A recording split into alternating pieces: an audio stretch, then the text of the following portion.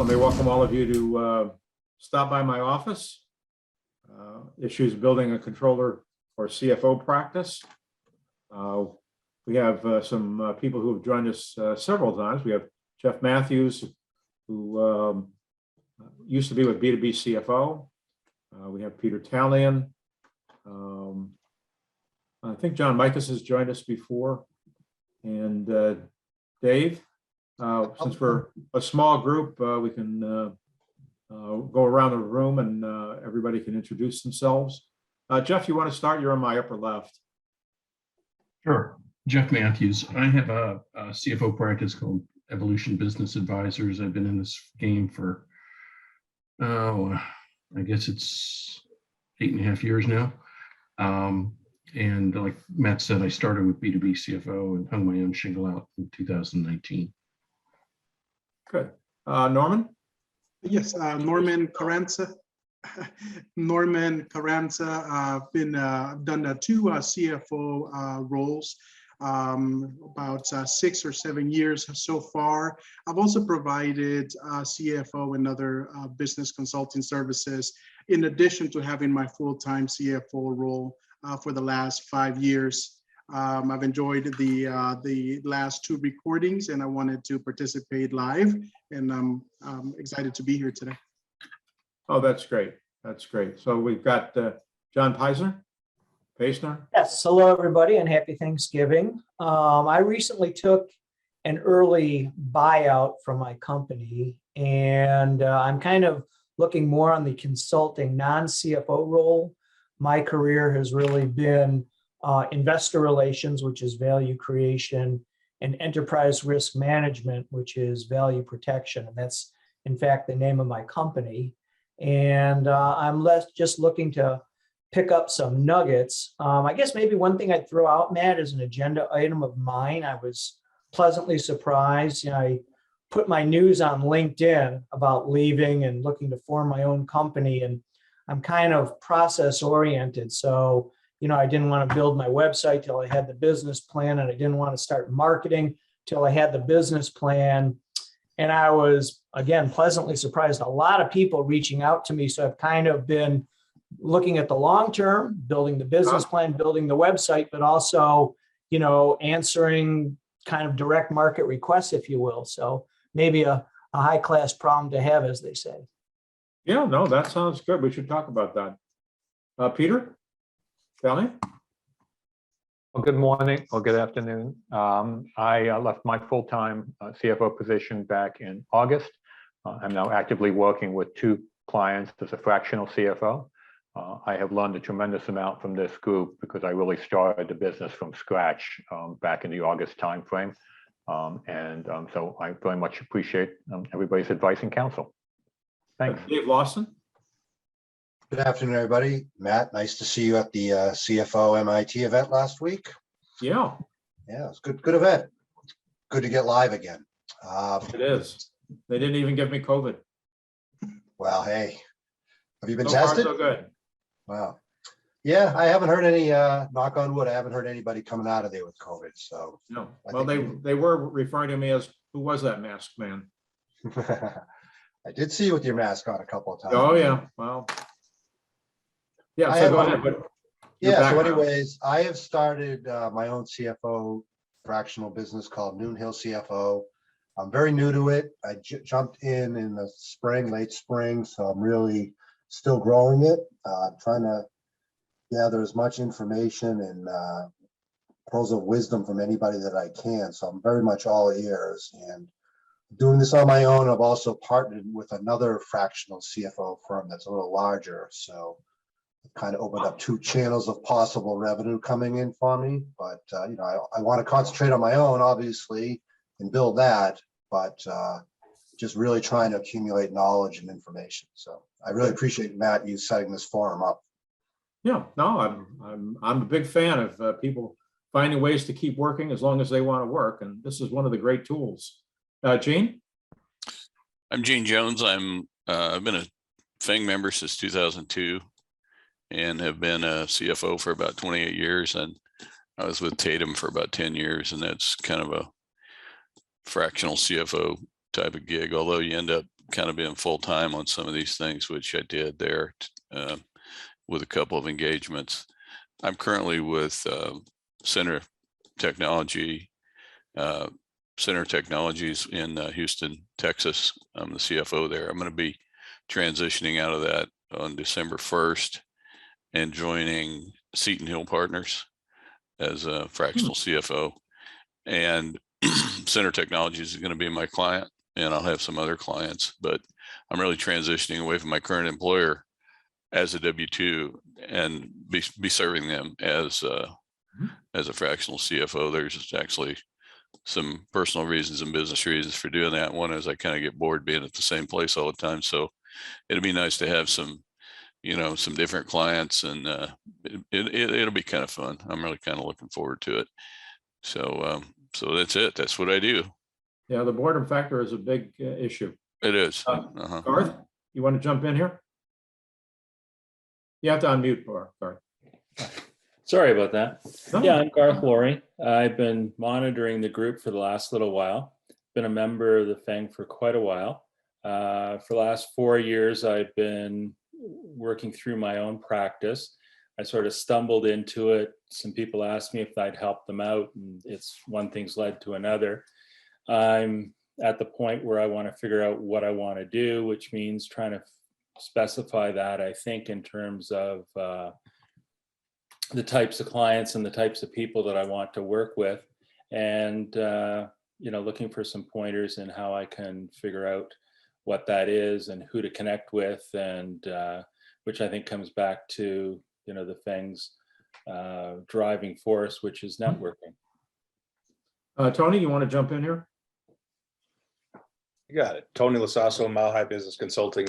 Spent my career in corporate finance, as we discussed earlier, Matt, and it was time to having to branch out, get a little bit more diversity in my offerings, and really my agenda is trying to absorb everything I can from this group, as I'm relatively new to the entrepreneurship and sort of fractional relationships and networking. So wanted to absorb everything I can and kind of round out what's out there as far as service offerings I can provide, and others that I could help along the way as well, connect with potential clients.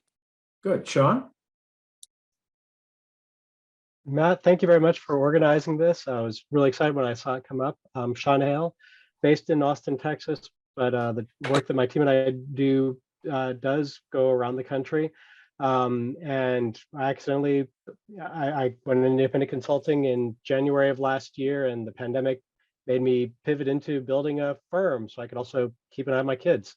And at this point, I just yesterday added my 6th part-time team member. An important part of our offerings is fractional CFO work. We work with nonprofits, small and mid-sized nonprofits, and help them build strong back offices. But I've been making it up as I go along. So certainly look forward to learning from those who have been there and done that, so that we can fine tune what we're doing and continue to grow without any hiccups. Oh, that's great, Sean. Thank you. John, I think you already went, right? John Mike is here. So Yeah, John no, Michael, I mean, sorry.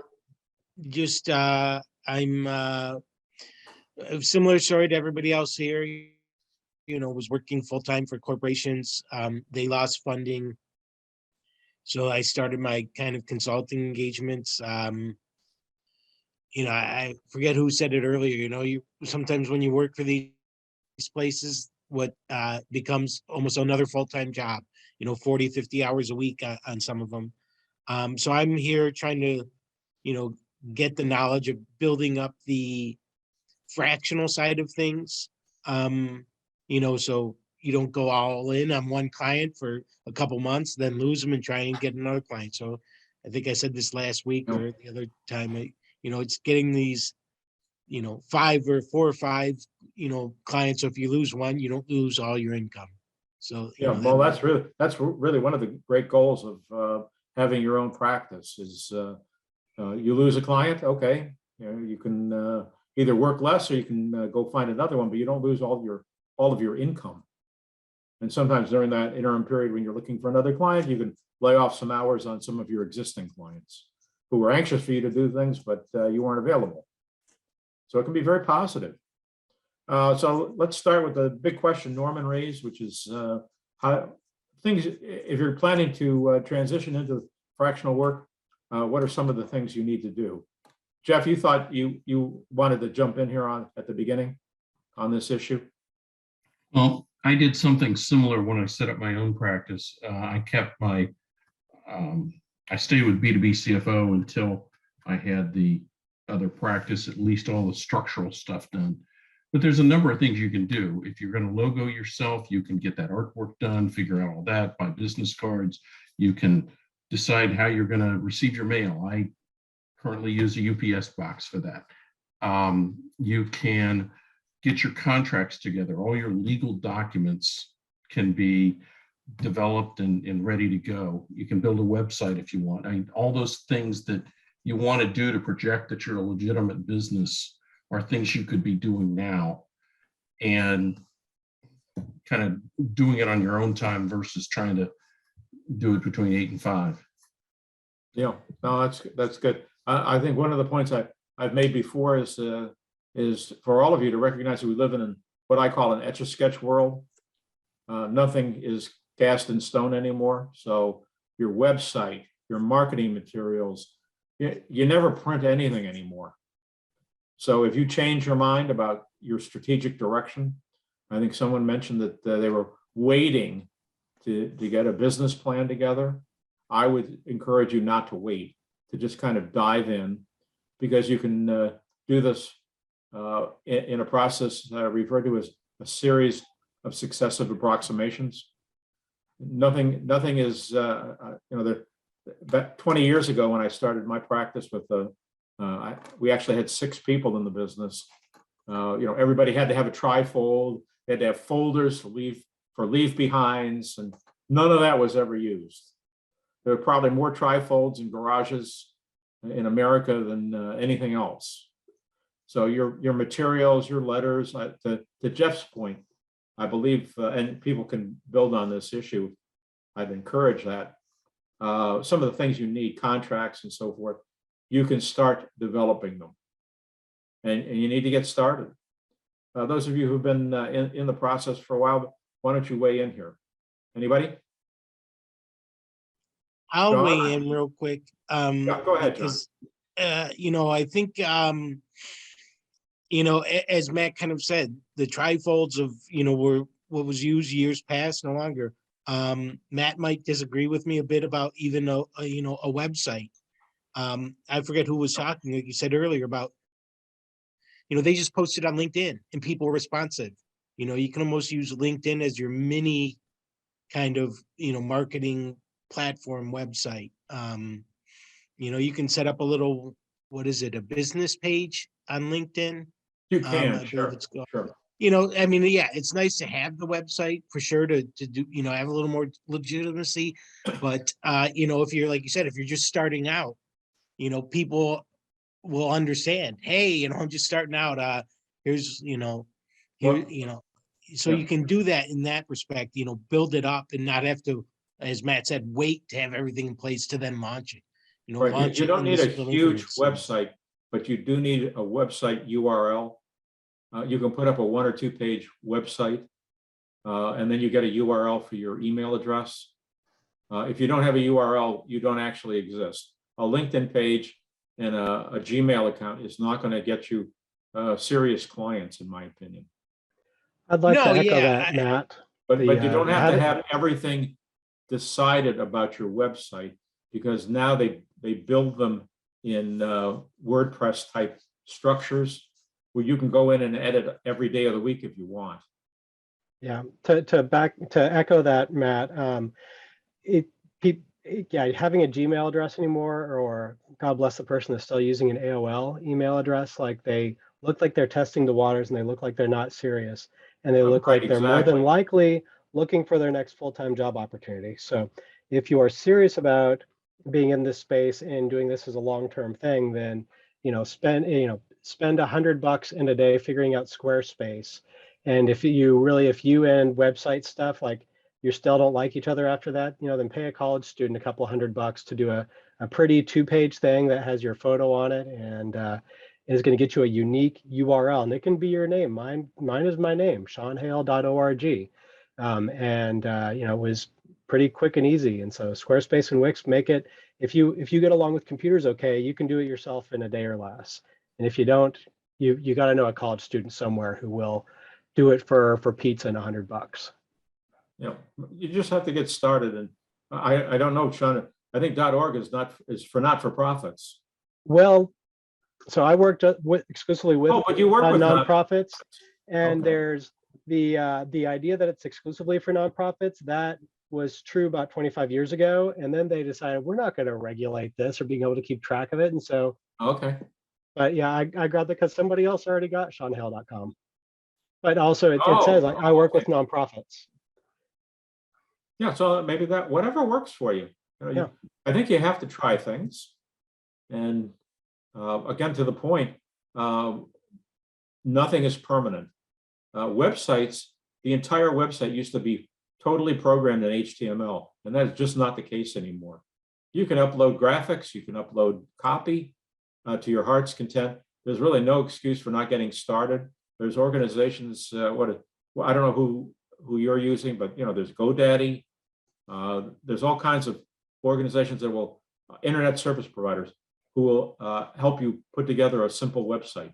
And then at whatever point you're not happy with it, or you get a college student, to Sean's point, you can keep fixing it. Changes are very easy today. We live in a great time. So what are some of the things that, if Norman's trying to transition into this stuff, what would you recommend? Where do you want to go next, Norman? Yeah, so I did operate for the last 5 years under an LLC, and now I'm going to be operating under a corporation because there's another business idea that I have that's going to operate under the same umbrella. But I think my biggest question today was how to transition, similar to what Gene is doing, which is using his current employer and transitioning that relationship to a consultant or fractional CFO. I would like to do the same thing with my current employer, and just if anybody has gone through that and how that conversation was made easier with their CEO and boards to make them comfortable with that.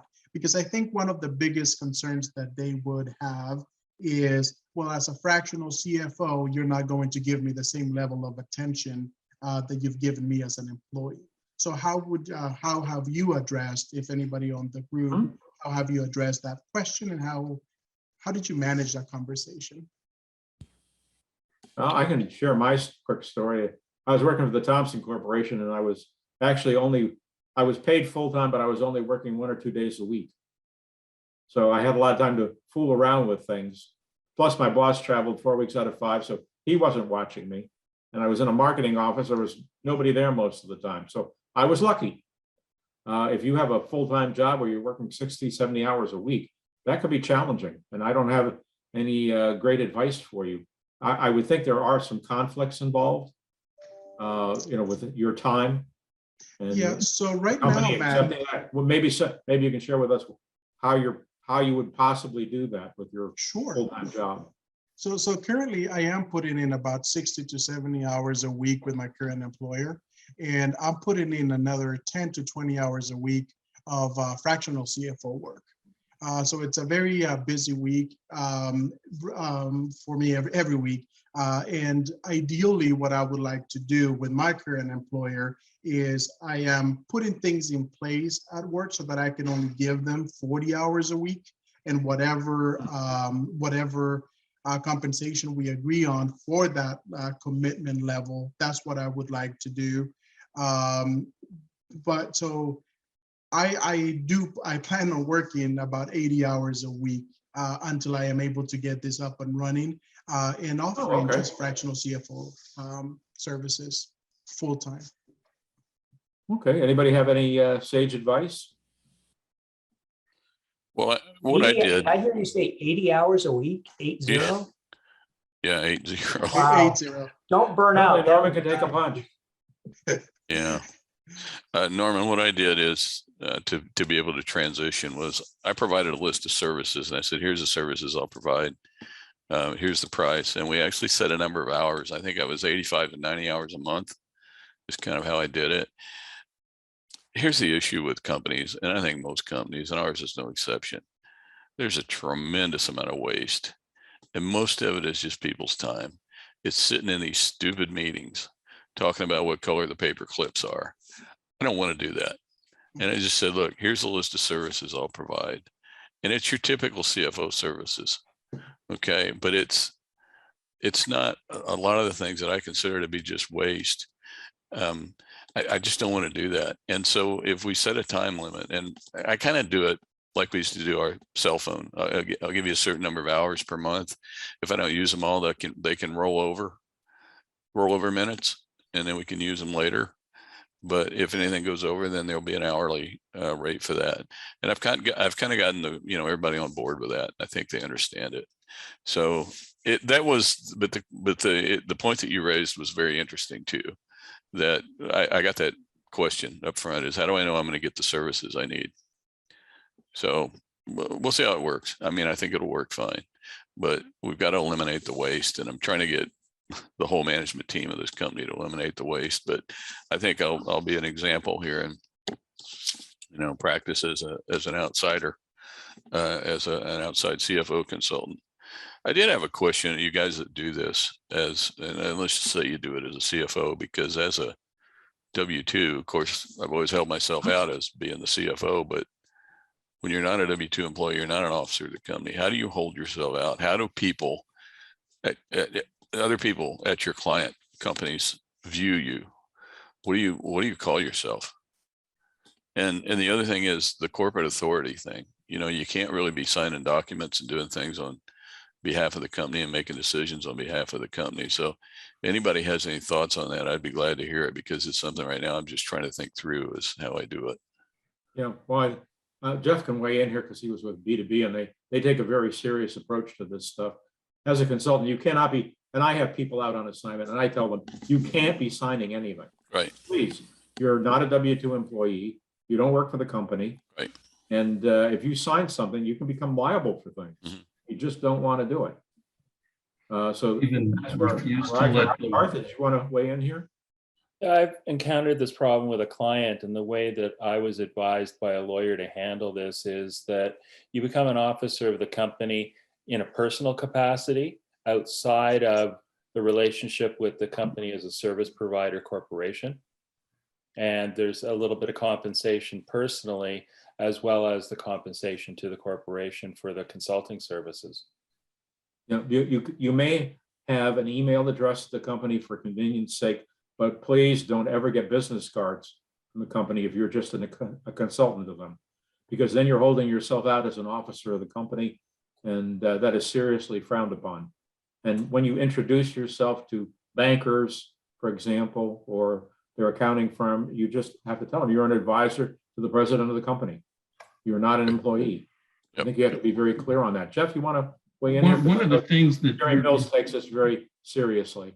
Yeah, one of the things you need to make sure you're doing is look into your errors and omissions insurance.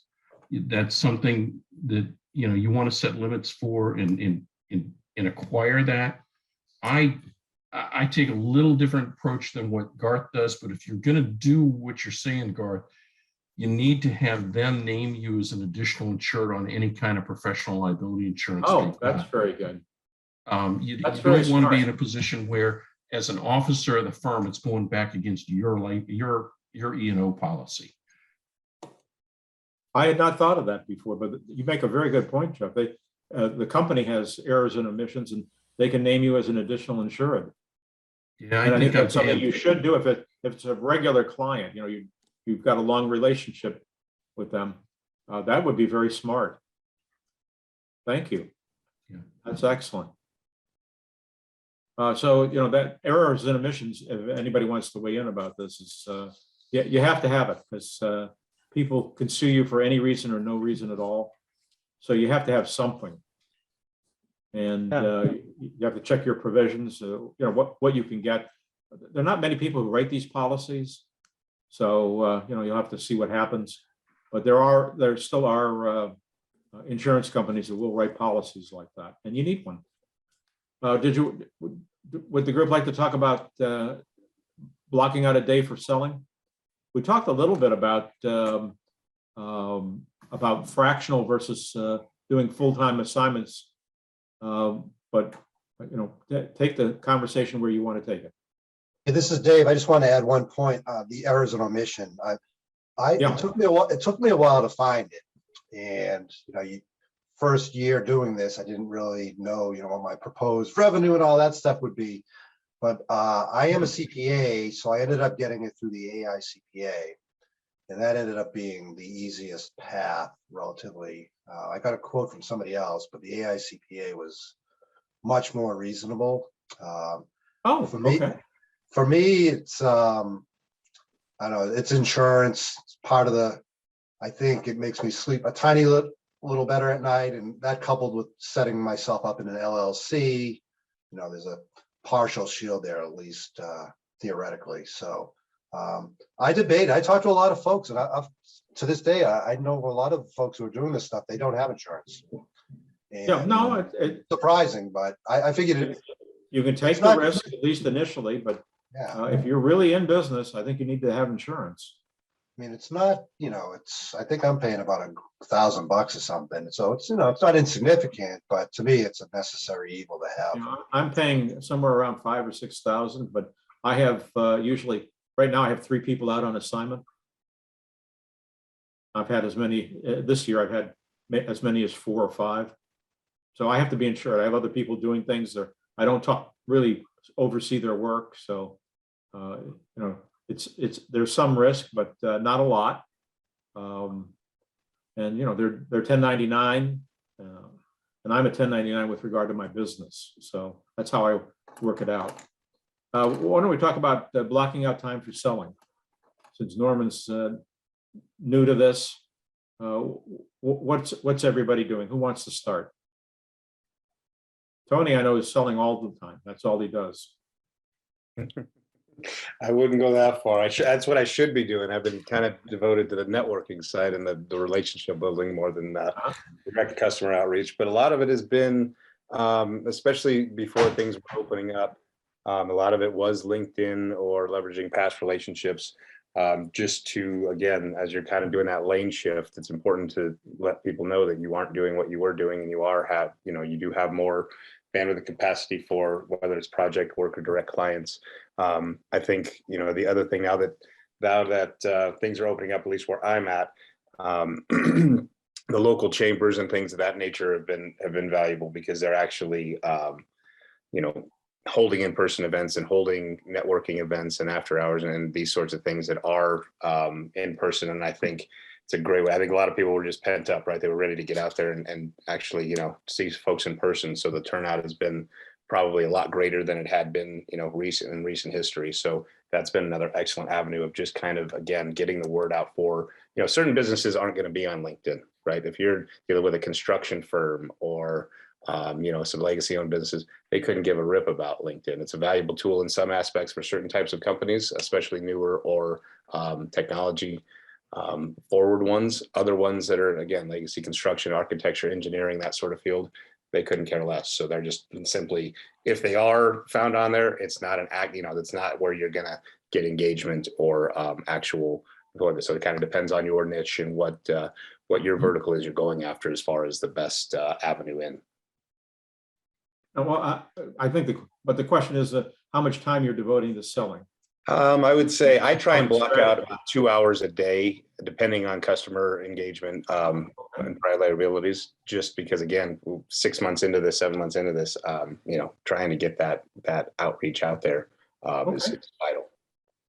Yeah, it is. Anyone else? Peter, you want to join in here? Anyone, actually? Jane, you want to join question, kind of along that lines of outreach, networking, client acquisition.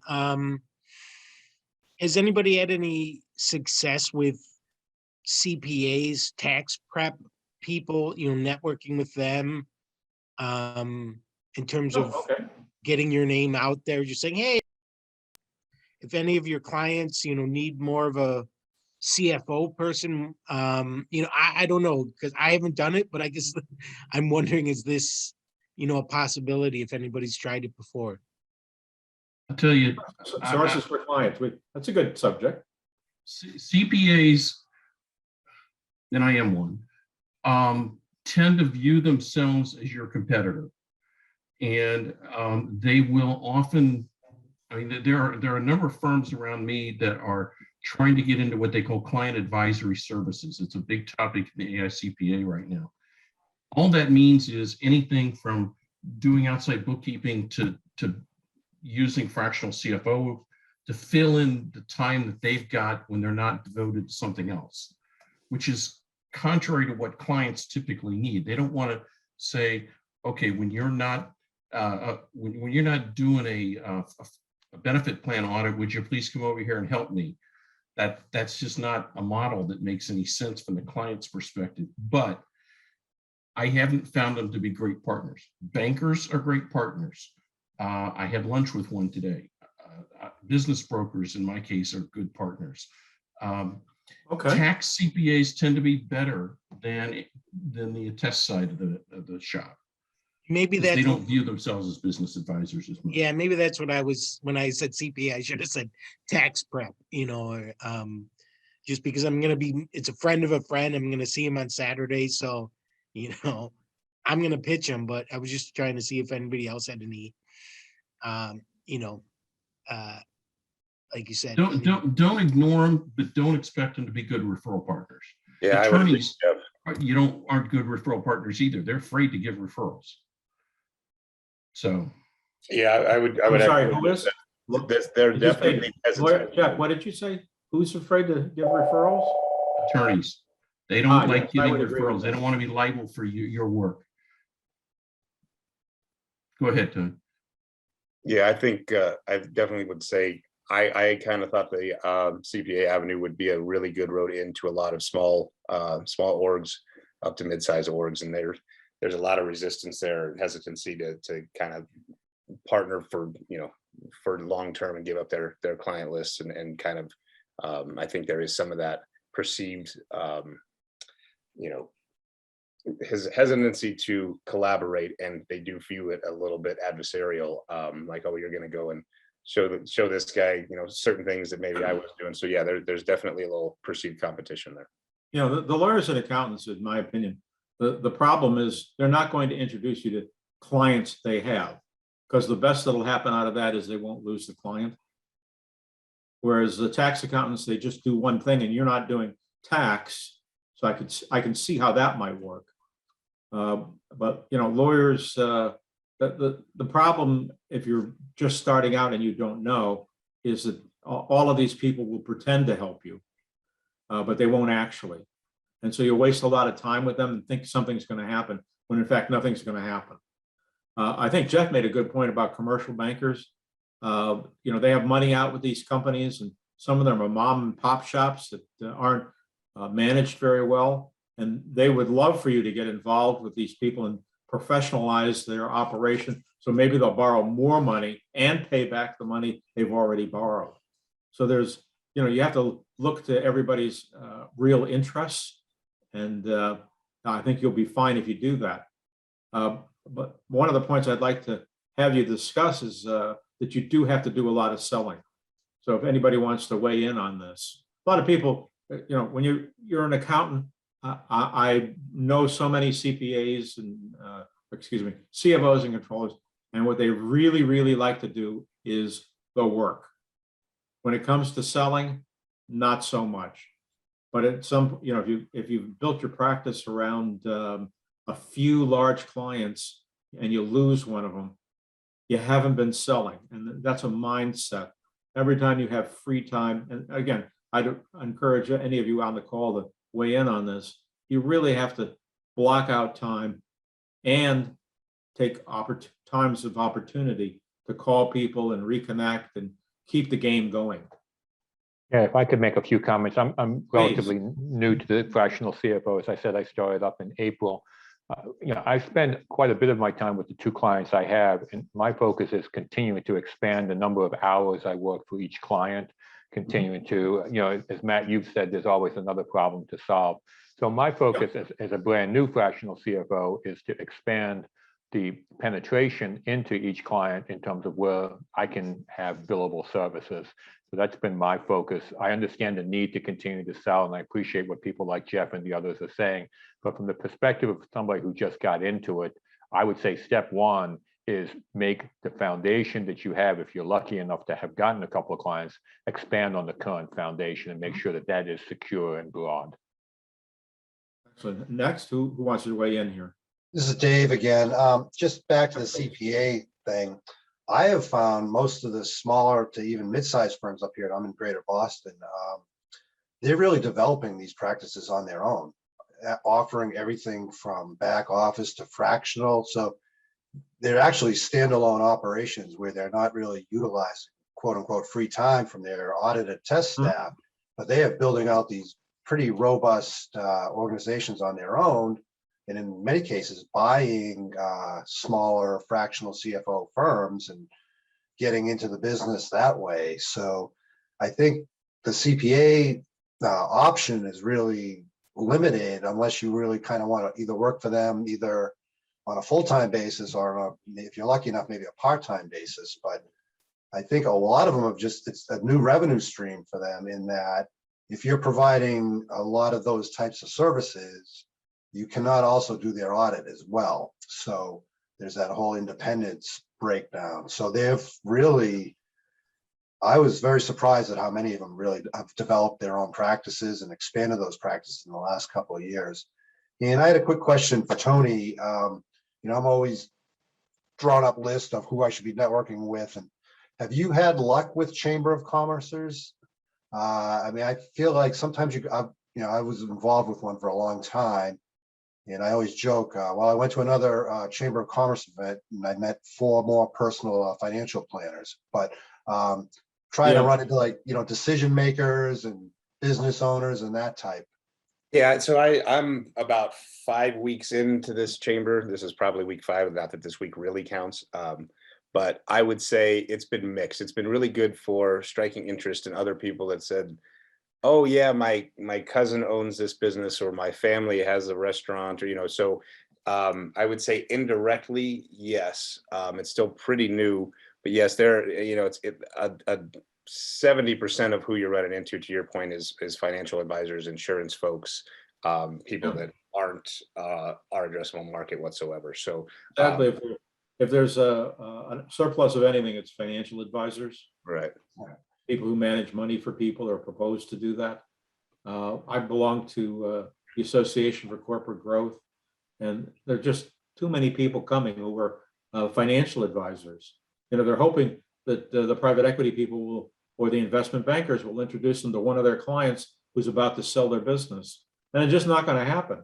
It doesn't come up as a subject. So I don't know why they're at these meetings, but they're desperate to find assignments. Yeah, I would say the biggest thing, to Matt's point, is to absolutely differentiate yourself from financial advising and insurance and those type of products. Really get up front. And you have to learn that they're going to approach you because you're talking to people, and you have to learn how to stay away from them in in-person meetings because they're just wasting your time. The clock is ticking. You come to a meeting, what is it, 2 hours? You get a cup of coffee, you get yourself a donut or a bagel or something, and then there's usually a guest speaker. So you only have a limited amount of time. Be careful not to waste it on people who are not going to impact your practice. It's a hard lesson to learn because some of them are very friendly and very interesting people. But selling is another activity, and I was talking to Tony earlier about his business.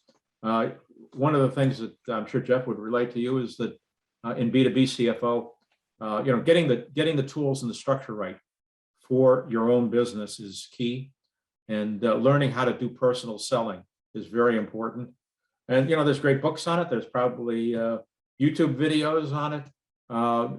Do a lot, right? Just like when you were working on your resume, you buy 5 books on how to write a resume. Do a little overkill because personal selling is a skill unto itself. All right, it's not what people understand selling to be about, because you're doing consultative sales, and that's very different. That's a good opening. Anybody want to join in here? Yeah, along those lines, I was curious if anybody is using Provisors or USA 500 to help them out. Don't use those, but I belong to multiple networking groups. I try not to, if I'm not with a client, I try to have 3 meetings a day of some sort. It may be a networking group, it may be a one-on-one meeting. I've had 2 one-on-one meetings and a client meeting today. So, and that you just have to book your time and try to fill your days so that you're going to have those contacts. And you're right, you can waste some time by having a meeting with somebody that really isn't a great fit. Sometimes they'll end up referring you into a situation you didn't expect to come. So, I mean, I talked to a business broker this morning, and he's talking about 2 different clients that he's got. That one of them is the buyer of one of the companies he's selling currently, and he feels like they need more help. And another one is one that he's currently working to sell, but they're not ready to sell. So it's a short-term assignment to get them cleaned up so that they're in a better position to get a better price. So we should talk for a few minutes about partnering with people. I think it briefly came up. My advice to you, and anybody's welcome to voice their opinion here, partnering with firms like Tatum, who's now owned by Ronstadt, where they have assignments, or Robert Half, to get you into the mental state of consulting is probably a good thing. I don't know if any of you are partnering with other people in your consulting practice, but I would tell you, I would voice great concern about legally entangling yourself with anybody else. Once you have a legal document, unwinding it is hell. I had 6 partners when I started. We fired 4 of them. Bruce Lynn was my partner then. We brought Doug Fine in. And he was with us for, I don't know, about 15 years. But separating even from Doug, who was a sweetheart of a guy, was a legal thing. And, thousands of dollars go out the door doing contracts to separate yourself because you're filing tax returns. So partnering with people. Anybody have anything they'd like to throw in here about horror stories or success stories? I have a success story. As I've started and trying to stay busy, I have partnered with a guy who has a firm called Venture Growth Partners, and he is it's a larger fractional firm. It's not a franchise. It's a regional firm. But he's really the last couple of years decided to kind of concentrate on the business development side and grow it out. So for me, this is possibly a good way. I think I have like 2 or 3 things really close to getting finished with him.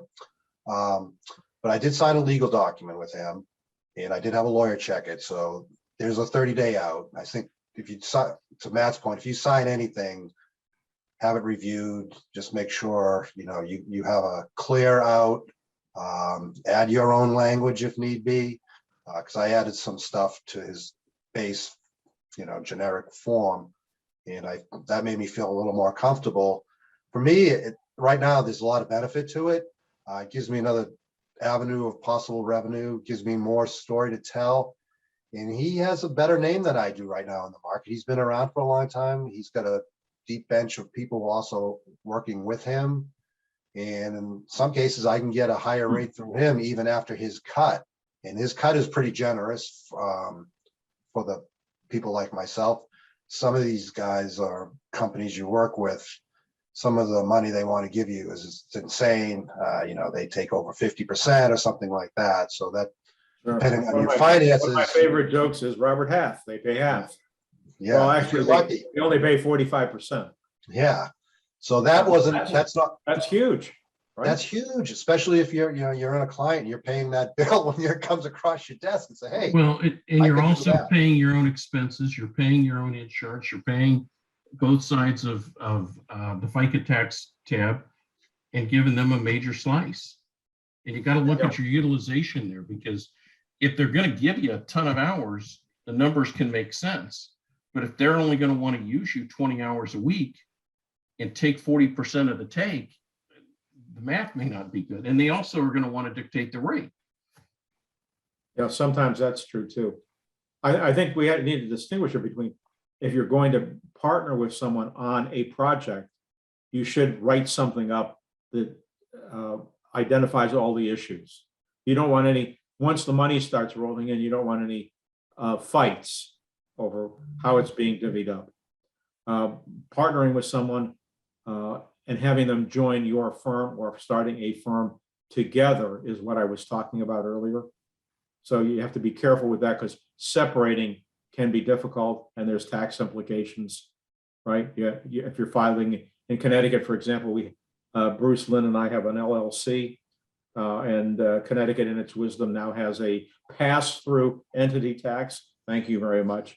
Even though it's an LLC and all the income is taxable to the two of us, they tax you, and then when you file your Connecticut tax return, they give it back to you. So all they've done is enrich my tax accountant. He files 2 returns for me. So now separating that, add a date, and it has to be maybe the end of the year. If it's in the middle of the year, I mean, it could be a headache, and you just need to be aware of it. But learning from established firms is always a good idea.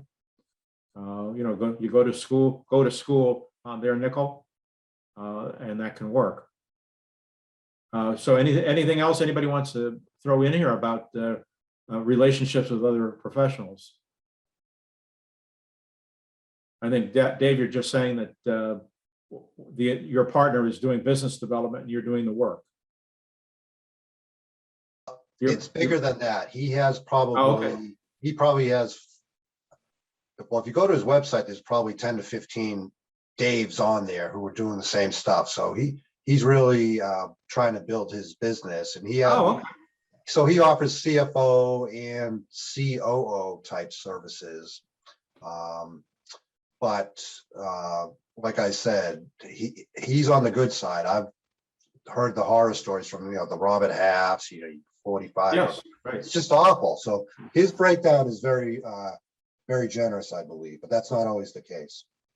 No, that's good. That's good. If you're working under his umbrella on those assignments, you have to be clear that there's working things under your umbrella. There's working things under other people's umbrella where they're just paying you. They bill it under their name. When the money comes in, they pay you your share. That's fine. Yep. When you're building your own practice, you take anything you can. I was chief financial officer of an advertising agency, and the classic way that people start advertising agencies is they take one of your clients. Okay, so in Norman's case, or even in Peter's case, if you have someone you're working for full-time and you want to work part-time for them, that is a great way to start your business. You have a major client, you have money coming in, and now you can build out the rest of them. Anyone want to weigh in? Please, don't let me do all the talking. What do I know? Part of what you're saying, though, is be careful about client concentration too, because when you lose, and I had a situation where 2/3 of my income one year came from one client. They're no longer a client at this point. So that really hurt that transition year when I lost that client, and now I'm scrambling to pick up other clients in the meantime. So just that's the problem when you have a lot of concentration. It's obvious. And that's classic in professional service businesses. Our ad agency had at all times 65 to 75% of our business was Subaru of America. And over the time we had them as a client that I was with the firm, it was close to 10 years, we grew, like 300%. But still, they were 75% of our business because we picked up other things from them. So the concentration issue was real. And when they left us, the whole thing blew up in about 3 months. That's what happens. So you have to be mindful of it. But if clients are paying you on time and treating you nicely, it's very hard to say no. Who wants to jump in? Thanks so much. Client nightmares. Or I had a client question. stories. I had a question for the group here, balancing client concentration versus having too many clients to balance. A friend of mine who also does some fractional CFO says that there's no such thing as a fractional CFO. You got to be on all the time is what he Yeah. says. So any thoughts on that, balancing concentration versus too many clients? Sean, you have quite a few. Did you want to join in here? Sure. Yeah, the way I balance it is that I don't deliver most of the work anymore. So I have a bunch of great people on my team. I just added one yesterday. And so that, and in fact, I need to go find a few more. But the basic idea is to have a backlog of people who I can give work to and who are ready to go. And so that's one of the upshots of, I'm sure Matt will tell you and other folks are like, that's one of the upshots of a group like this, is that it can make it easier to find the right people who, you're not able to take, you're only able to take on half of a client. It's just too much for you to eat yourself. Or maybe it's like, it's not a bad opportunity, but you don't necessarily want to take them on at all because you already have a full book of business that you're delivering on. So yeah, why not pass that on to somebody else who might be on this call, might be early in their building their practice. And you definitely have reputational risk when you do that. And so that's the other piece of that's that good. is to make sure you're doing the right kind of vetting. I run criminal background checks on everybody, even if I've known them for years. I also check references on everybody, even if I've known them for years. And if I haven't really known them in some sort of capacity previously, then I like to do the first project with them at minimum, so I can get a sense of how they work, where their strengths are, where they're not, what their communication style is, so that if I send them to be alone with a client, I really have a good sense of how that's going to turn out. Oh, that's Thank you. great, Sean. Thank you. That was very helpful. I think in building a solo practice, it's kind of hard. Jeff was with B2B CFO, and they don't let you hire other people. But if you're on your own, you can find people for your bench. That's a great idea. Our ad agency, again, the way I helped us make a lot of money was we staffed permanently on a W-2 for the Valley. And in the advertising business, you can freelance just about everything. So the peak was covered by freelancers. And usually in the advertising business, if you took on a new account, there was a burst of activity and you needed people. And so what I did to make the business work was we paid our freelancers like payroll. I paid them every week. They gave me an invoice, I gave them a check. Everybody wanted to work for us.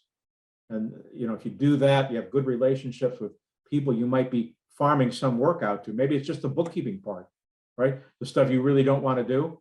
You can find people to do that stuff. And that you can then, if things get slow, you just take over that work. Norman, You cut. I was going to say, not that everybody can do this, but my two clients, one is in Boston, one is in California. So I work with the Boston one in the morning and I work with the California one in the afternoon. Oh, good for you. So they kind of, they also kind of know that, like, the Boston company knows that if they are sending me something kind of in the evening, afternoon, it might not get responded till until the morning. And same thing with the California one. They kind of know that, all right, I will, so yeah, I know what you mean, right? Like, even they say fractional, they want you to be, almost like a full-time employee, online, answering questions 24/7. And you can kind of do it in today's world because you Yeah. don't have to go up at the office. No, that's true. That's the one nice thing, is that you don't have to be in an office, but it's also, like you said, just setting those expectations up ahead of time. Like, hey, you're one of 3 clients, or, you overestimate, if it's your first client, hey, you're one of 4, one of 4. So, I might not have the time all the time. And the trouble is, and if somebody knows how to do this, is like, because I have email addresses at each company and I have calendars at each company, how do I combine all these calendars? Or, not only, it's easy enough maybe to combine them, but then like the people at one company can't see the meetings at the other company. That's really where it gets into the Yeah, headache. right. Yeah, well, you have so much technology today, and you need to take advantage of all of it. One thing I don't want to forget to mention for those who are just starting out in this is you need a contact database management system.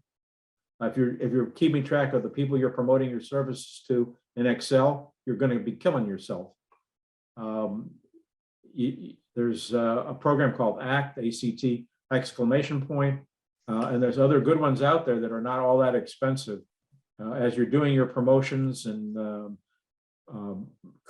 being in touch with people, don't try to do it in Excel. I know you know how to use it, but it's not the right tool. In 1991, I had a package called Data Perfect, and I also had 3 drawers of 3x5 index cards because we didn't have laptops back then. So the FENG database is actually the end result of my own personal contact database management system, which I programmed in Access. So there's ways to do it, but there are pre-programmed tools now, and I would go with something pre-programmed. It'll something that coordinates with Outlook and with Word, so that you can act. If you do write letters to people, you can do it easily. Having a database is one way. You can always be improving the data you have on people.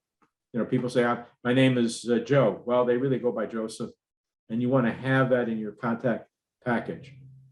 The greeting to use is an FENG thing. Very few organizations have it, but it is key. People want to be called by what they want to be called. And if you hear it, you want to write it down. And the best place to put it is in your contact database package. Anybody want to weigh in on this? Anybody, just jump in. I'll ask a question. How about tracking time? Any good suggestions on software to use for that? Anybody? For time tracking, I've been playing with Clockify lately. It's a freebie, seems to work well for at least my needs. I've used Harvest in the past. That has integrations with Outlook, might have an integration with Google Calendar as well. And then for some work I've done with a friend, we've used Tracking Time is the name of the app. And that one might be a free one also. And it has pretty good analytics for team-based work. Sean, if you send me those links, if you send me some links, I'll distribute them to the group. That's fabulous. That is one of the big problems. If you've been an employee, your employer owns all your time. Now suddenly you're a consultant, and you damn well better keep track of what time you're spending on them and what you did for them. I have all of our consultants send me timesheets each week. I don't really share the activities with our client, but I've told our consultants they can share their timesheet with our clients. But at some point, somebody says, "Gosh, I can't believe we spent so much money. What were you working on?" You got other things to do. You need a report of some kind from your own records, and you need to keep track of this stuff. That's being a consultant. So that's a good opening. Anybody else want to jump in here? When I do invoice in Excel, but I've been doing that for a long time. So I keep up QuickBooks for my own business, and I invoice in Excel, but my Excel has 2 or 3 lines. If I'm there like 4 hours, I'll have 2 or 3 lines of explanation on that day. I'll say, November 23rd, this, and this, with a total number of hours. I don't try to itemize down to, I spent this much time on this function, this much time on that function, but that's what I've developed. But the more detail you keep, I think the safer you are, because when you get into a discussion with a client, information is power. And that just as when you were back at the office, no one really knew what you were doing. They just knew you were doing it. It's worse with clients because they're paying you money on an hourly rate or a day rate, and sometimes they just want to know. It's not that they're going to kill you over it, but they just want to know. And if you have if you pause for a second and you can give them a clear answer, that is very powerful in terms of client relationships. All right, so we're just about out of time. Any as we used to say back in the day, anything for good and welfare? Any final comments on our discussion today? Thank you all, Jess. This has been really insightful and informative from my perspective. Thank you, everyone. Happy Thank you all so Thanksgiving. much. That was very Happy helpful. Yeah, everybody, Thanksgiving. happy Thanksgiving. But any closing everybody. comments on anything we've discussed? Thank you. Happy Thanksgiving. Okay, Take care. stay well, and anytime you need me, you got my number.